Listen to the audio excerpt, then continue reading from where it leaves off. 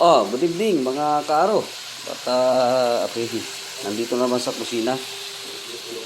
Late na akong magluto. Mag-adobo ko ng baboy. Yun daw ang gusto nila. Sige, papakita ko Pero hindi ko na pinakita yung pag-prepare ko kanina ng ng tawag doon. Pag ano ko ng basta ito na.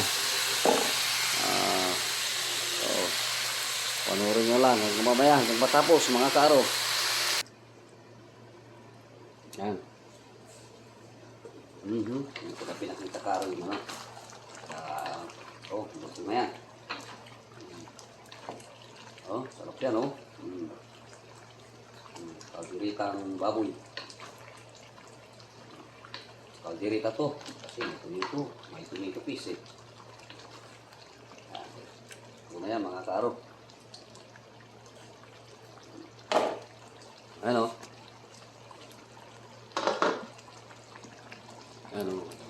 Bye.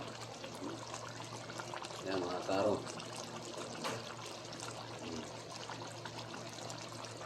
Yan.